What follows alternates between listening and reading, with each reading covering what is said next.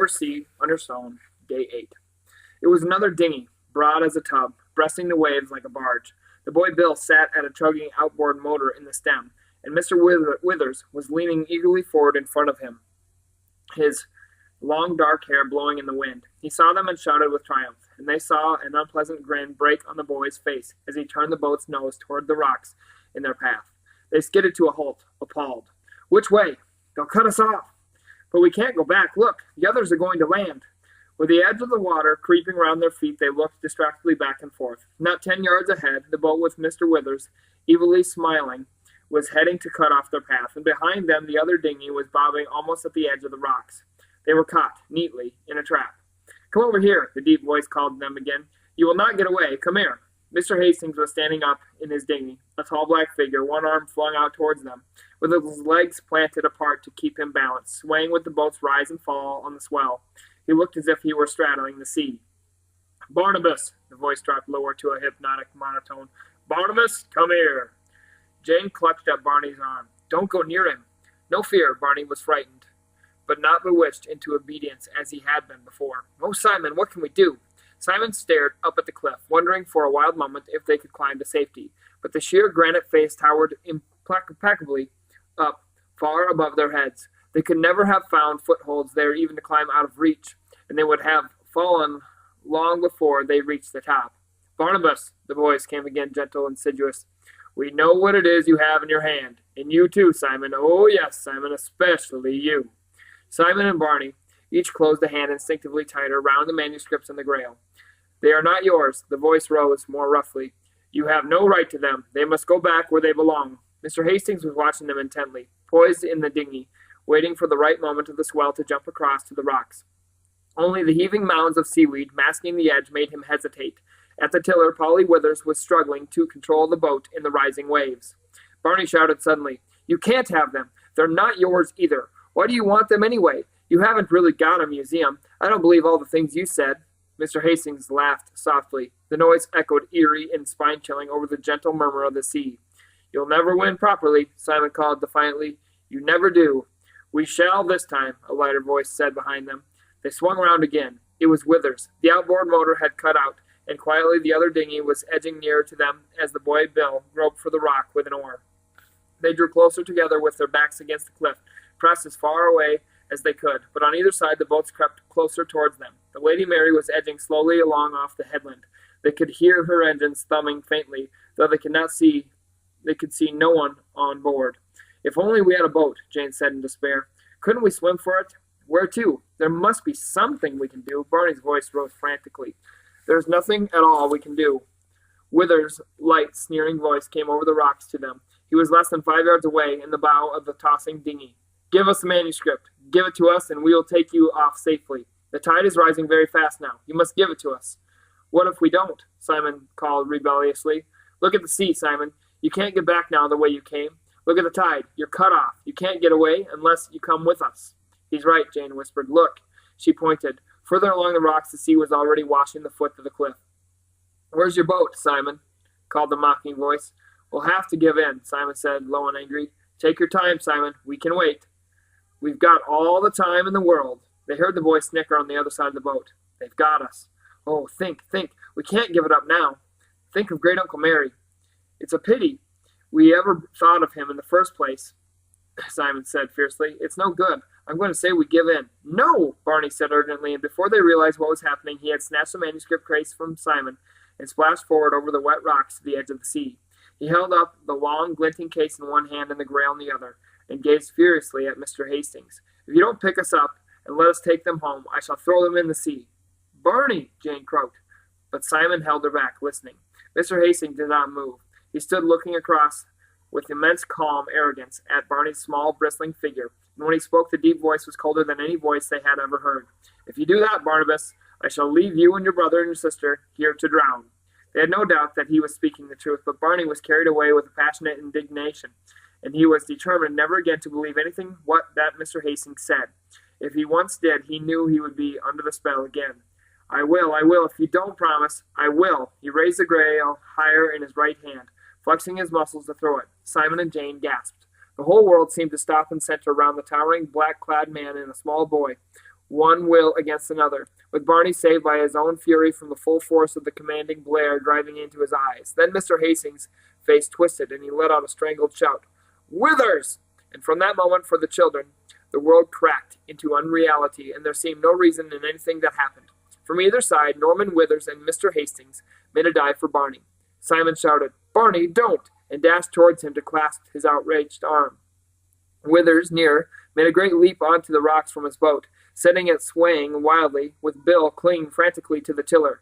But as his lunging foot came down where the rock should have been, they saw the viciousness in his face change to alarm, and he flung up his arms and disappeared under the water.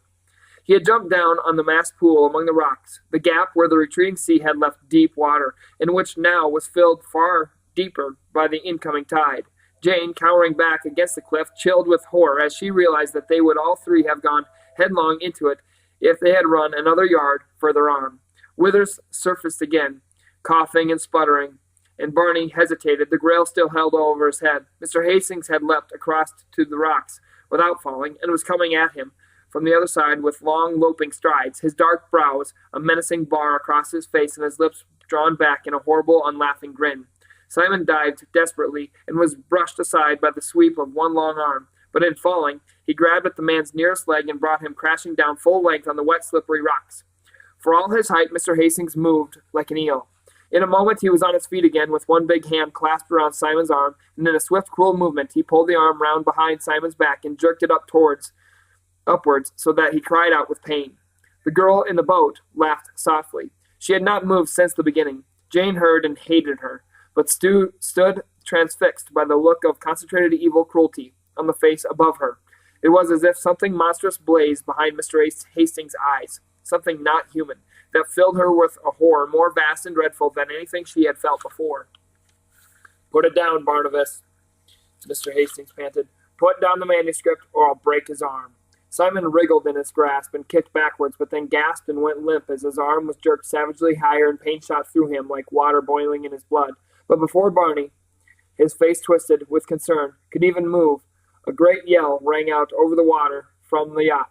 A rough voice shouted, in anguished warning, Master! In the same moment, they heard a new noise over the low throb of the yacht's waiting engines, a high-pitched drone that grew louder and nearer. Suddenly, round the corner of the headland from Trewissick, they saw a glittering arc of spray shooting up from the bows of a big speedboat. It was moving tremendously fast, swinging out round the seaward side of the yacht towards the place where they stood, and in a glimpse through the spray, they saw the only figure they knew that could tower as tall as Mr. Hastings, and above it in the familiar blowing tussle of white hair. Jane let out a shout, high with relief. It's Gomeri!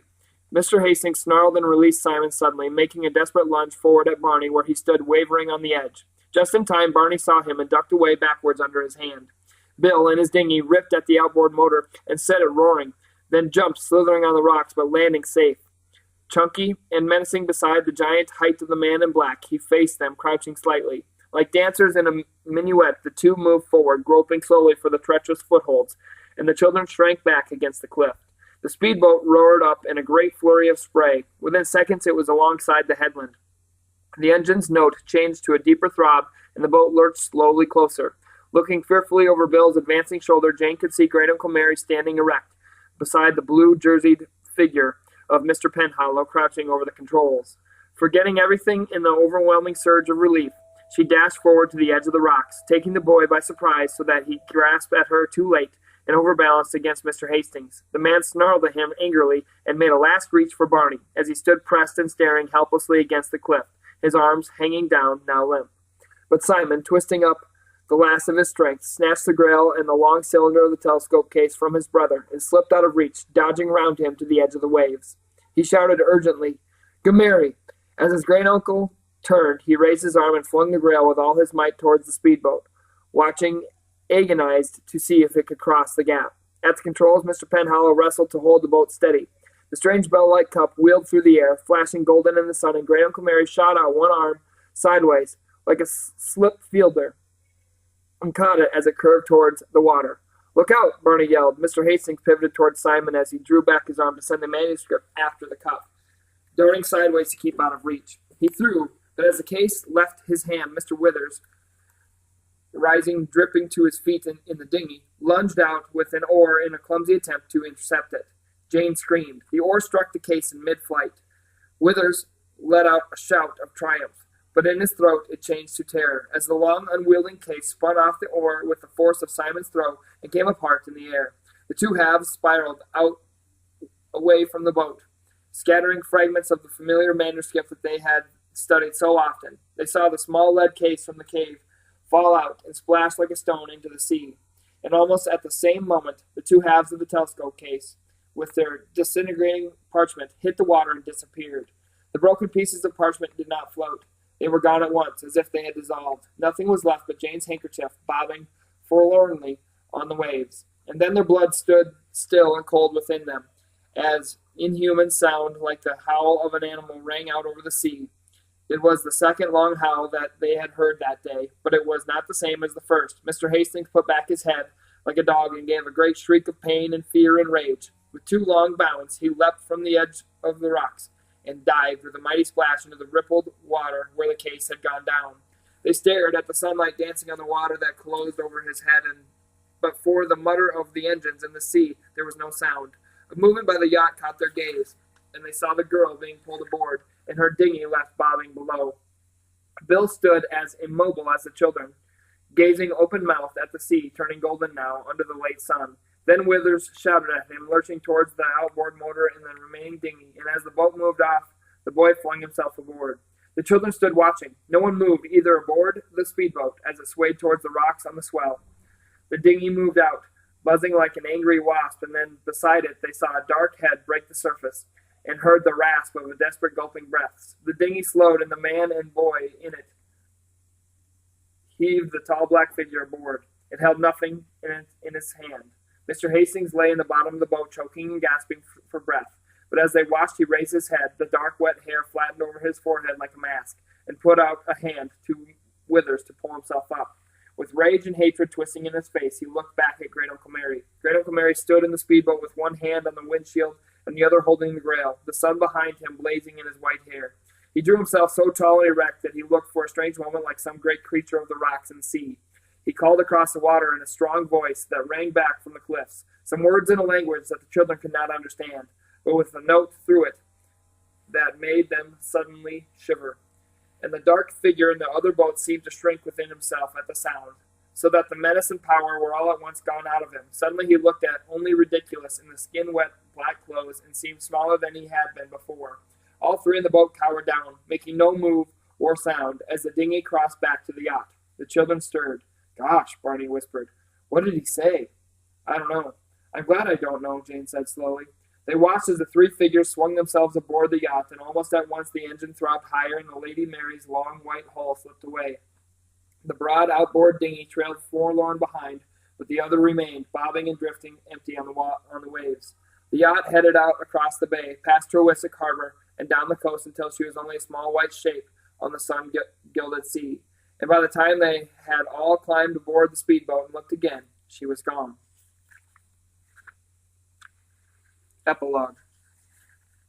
The sound of clapping echoed through the glossy pillars of the long museum gallery, and Simon, very pink in the face, threaded his way back to Barney and Jane through the crowd of bravely smiling scholars and dons. The crowd began to move about again, and voices rose in a general chatter around them.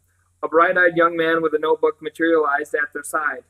"That was a very nice speech, Simon, if I may say so. This is Jane and Barnabas, is it?" Simon blinked at him and nodded. "I'm from the Press Association," said the young man briskly. "Can I just ask how large a check the curator presented you with?" Simon looked down at the envelope in his hand, put his finger nervously in the flap, and tore it open. He took out the neatly folded check, gazed at it for several moments, and without a word passed it across to Jane. Jane looked at it and swallowed. "It says 100 pounds.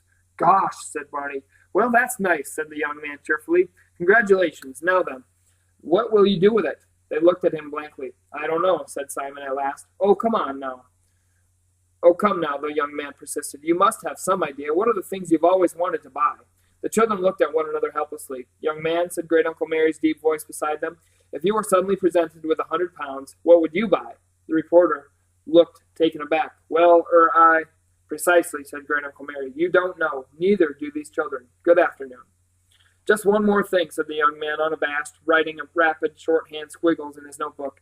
What were you actually doing when you found the thing? The Grail, you mean? Barney said. Well, yes, that's what you like to call it, isn't it? Said the young man lightly. Barney glared at him indignantly.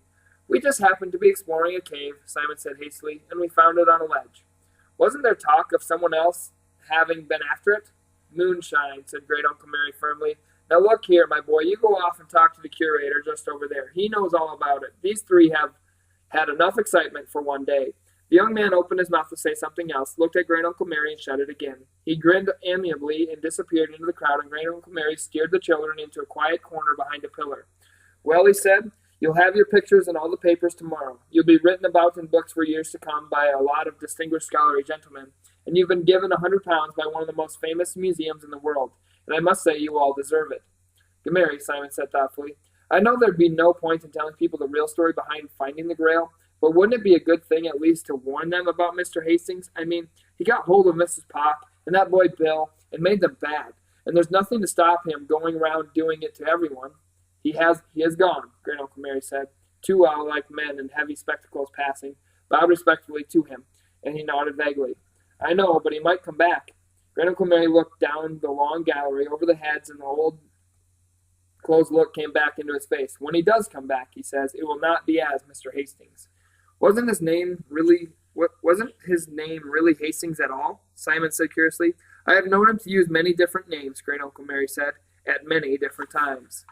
Jane slid one foot unhappily to and fro over the smooth marble floor. It seemed so awful that a vicar should be so bad. He must have kidded all the bishops and things into thinking he was good, Simon said, same as he kidded everyone in Chiswick. Not at all, Great Uncle Mary said. Simon stared at him. But he must have. I mean, they must have heard him preaching sermons on Sundays. No one heard him preach on Sundays, and I doubt if he ever has met a bishop in his life. Now they were all staring at him in such baffled amazement that the sides of his mouth twitched into a half smile. It's quite simple. What they call the power of suggestion. Our Mr. Hastings was not the vicar of Chiswick, nor anything to do with him. I know the real vicar slightly. He is a tall man as well, though rather thin and about 70 years old. His name is Smith. But Mr. Hastings lived in the vicarage, Barney said. It was the vicarage once. Now it's let out to anyone who wants to rent it.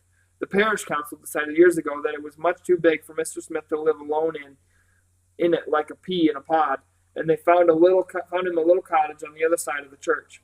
And when I went to find him, Jane said slowly, trying to remember, I didn't ask anyone where he lived. I just said to an old man by the church, is that the vicarage? And all he said was, yes. He was a rather bad-tempered old man, I think. And do you know, Uncle Mary, I don't think Mr. Hastings actually told me he was the vicar. I just took it for granted when he said something about replacing Mr. Hosmeller there. He must have known I thought he was. Oh yes, he wasn't going to disillusion you until he found out what you were up to. He knew perfectly well who you were. Did he really? From the moment he opened the front door. Oh, said Jane. She thought about it and felt cold. Oh. So from that moment, we all went on thinking he was the vicar, Simon said, and if ever we mentioned him to anybody like Mr. Penhallow, they must have thought we meant the real vicar. But, Mary, didn't you know? Great Uncle Mary chuckled. No, that's what I thought as well for some time, well, right up to the last. I entertained the most terrible suspicions of poor, harmless Mr. Smith. Barney said unexpectedly, but if you've been against Mr. Hastings before, surely you couldn't mistake anybody else for him. He changes, Great Uncle Mary said vaguely, deliberately looking away. There's no knowing what he will look like. And there was a finality in the ring of his voice that forbade any further question, as they knew there would always be when they tried to ask more about the mysterious enemy of their days in Chiswick. This was one of the things from Great Uncle Mary's secret world, and even though they had been so much involved, they knew he would keep his secrets as he always had. Simon looked down at the check in his hand. We found the Grail, he said, and everyone seems frighteningly excited about it. But isn't it any use on its own, is it?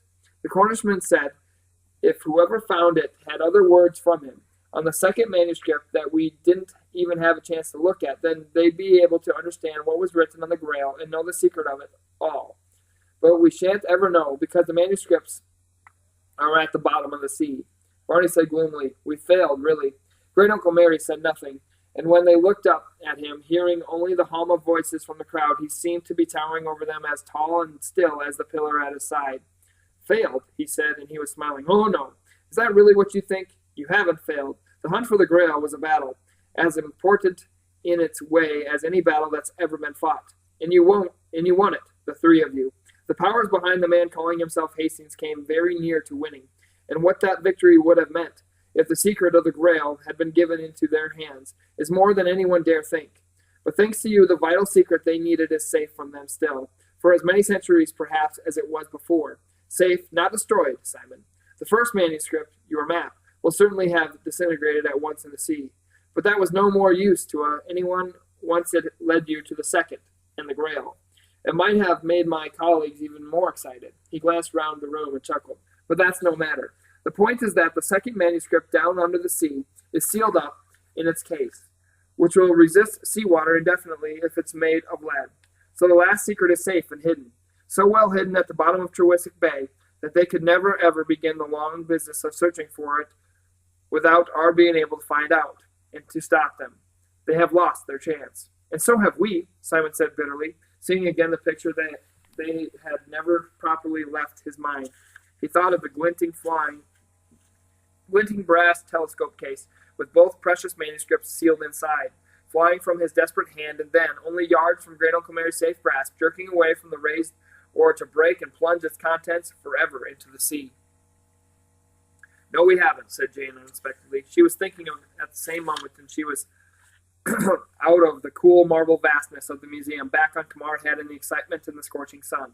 We do know where it is. I was standing by the only thing that can mark it, that deep pool in the rocks. I was just on the edge, and the lead case went down right in front of me. So we should know where to look if we ever went back. For a moment, Great Uncle Mary looked really alarmed. I had no idea of that. Then the others will have noticed the same thing, and they will be able to go straight to the spot, dive for the manuscript, and be away with it before anyone has time even to notice they are there. No, they won't, Jane said, pink in earnest. That's the best thing of all, Mary. You see, we only noticed that pool in the first place because we came across it when the tide was at its lowest. By the time we were on our way back to the beach, the water had covered it again. Mr. Withers fell into it, but he didn't know he had. So, if there was ever a tide as low as that again, we should be able to look for the pool and find the second manuscript. But the enemy wouldn't, because they don't know about the pool at all. Can we go back? Simon said eagerly. Can we go back to Mary and have someone die for it? One day, perhaps, Great Uncle Mary said. And then before he could say any more, a group of men from the murmuring crowd all round them had turned towards him. Ah, Professor Lyon. If you have a moment, might I introduce you to Dr. Theodore Resenstantz? I am a great disciple of yours, an intense little man with a pointed beard, said to Great Uncle Mary as he took his hand. Merriman Lyon is a name much honored in my country. Come on, Simon said in an undertone, and the children slipped away to stand on the edge of the crowd while the bald heads and gray beards wagged and chattered solemnly. They looked across the shimmering floor to the lone glass case where the Grail stood like a golden star. Barney was gazing into space as if he were coming out of a trance. Wake up, Jane said cheerfully. Barney said slowly, Is that his real name? Whose name? Great Uncle Mary. Is he really called Merriman? Well, of course. That's what Mary is short for. I didn't know, Barney said. I always thought Mary was a nickname. Merriman Lyon. Funny name, isn't it? Said Simon slightly. Come on, let's go and have another look at the Grail. I want to see what it says about us again. He moved round the edge of the crowd with Jane, but Barney stayed where he was. Merriman Lyon, he said softly to himself. Merriman Lyon. Merlin. He looked across the room to where Great Uncle Mary's white head towered over the rest, slightly bent as he listened to what someone else was saying. The angular brown face seemed more than ever like an old carving, deep eyes shadowed and mysterious above the fierce nose. No, Barney said aloud, and he shook himself. It's not possible. As he followed Simon and Jane, he glanced back over his shoulder, wondering, and Great Uncle Mary, as if he knew, turned his head and looked him full in the face for an instant, across the crowd, smiled very faintly, and looked away again. All the way up the immense gallery over its glistening stone floor, row upon row of identical glass cases stretched into distance, with pots, daggers, coins, strange twisted pieces of bronze and leather and wood, all shut quiet inside like butterflies caught on pins. The case which held the Grail was taller than the rest, a high glass box in a place of honor in the center of the great gallery, with nothing inside it but the one shining cup, cleaned now to brilliant gold, poised on heavy black plinth. A neat silver square beneath was engraved with the words, gold chalice of unknown Celtic workmanship, believed 6th century, found in Trewhick, South Cornwall, presented by Simon Jane and Barnabas Drew. They moved round the case, looking at the grail. Its curved and engraved sides had been meticulously cleaned, and now that the beaten gold was free of the dirt left by centuries in the cave under Kamar Head, every line of the engraving was clear. They saw that it was divided into 5 panels, and that 4 of the 5 were covered with pictures of men fighting, brandishing swords and spears, crouching behind shields, dressed not in armor but in strange tunics ending above their knees. They wore helmets on their heads, but the helmets, curving down over the backs of their necks, were like no shape the children had ever seen before. Between the figures, interweaving like pictures on tapestry, words and letters were closely engraved. The last panel, the 5th, was completely covered in words, as close written as the scrawled black lines had been on the manuscript. But all these words on the Golden Grail, the children knew, were in a language nobody, from great Uncle Mary to the museum experts, had been able to understand. Behind them they heard 2 men from the crowd come up deep in discussion, looking down into the glass case. Quite unique. Of course, the significance of the inscription is difficult to estimate. Clearly runic, I think, strange in a Roman ambience. But my dear fellow, the second man's voice was loud and jolly, glancing round. Barney saw that he was red-faced, enormous beside his small, bespectacled companion. Emphasizing the runic element surely presupposes some Saxon connection, and the whole essence of this thing is Celtic. Romano-Celtic, if you like, but consider the Arthurian evidence. Arthurian, said the first voice in nasal disbelief. I should have to have greater proof for that than Professor Lyon's imaginative surmise. Loomis, I think, would have grave doubts, but indeed a remarkable find nonetheless. Remarkable. They moved away again into the crowd. What on earth did all that mean? Said Jane. Doesn't he believe it's about King Arthur? Barney glared resentfully after the little man. Then they heard voices from another group passing the showcase. Surely all the theories will have to be revised now. It throws a new light on the entire Arthurian canon. The voice was as solemn as the rest, but younger, and then it chuckled. Poor old Batterby, all his vaporings about Scandinavian analogues, and now here's the first evidence since Ninnis of Celtic Arthur, a real king. The Times asked me for a piece, you know, said a deeper voice. Oh, really? Did you do that? Bit strong, wasn't it? A find to shake the whole field of English scholarship? Not at all, said the deeper voice. It's undoubtedly genuine, and it's undoubtedly give clues to the identity of Arthur, and as such it can't be overpraised. I'm only sorry about that last panel. Yes, the mysterious inscription. A cipher, I think. It must be those strange old English characters. Runic, old Batterby claims. Absurd, of course, personally. I'm sure there was once a key to them, lost long since, of course, so we shall never know. The voices faded like the rest. Well, that sounds better, Simon said. They all seem to treat it as a kind of relic, Jane said sadly. I suppose it's what great Gomeri said, that the real meaning of it wouldn't have been known unless the enemy had got hold of it, and then it would have been too late. Well, the enemy can come and look at it as much as they like now, said Simon, but it won't mean anything to them without the manuscript. I suppose that was the key to the ciphers in the last panel that the man was talking about just now. Jane sighed. It won't mean anything to us either, so we shan't know the real truth about King Arthur, about the, what did the manuscript call him? The Pendragon? No, we shan't know exactly who he was or what happened to him. We shan't know what his secret was that Gomeri talked about and the enemy wanted. We shan't know about the other odd thing the manuscript said, the day when the Pendragon shall come again. Barney, listening to them, looked again at the mysterious words engraved on the gleaming side of the grail, and he raised his head to stare across the room at great Uncle Mary's tall figure, with a great white head and fierce, secret face. I think we shall know, he said slowly. One day.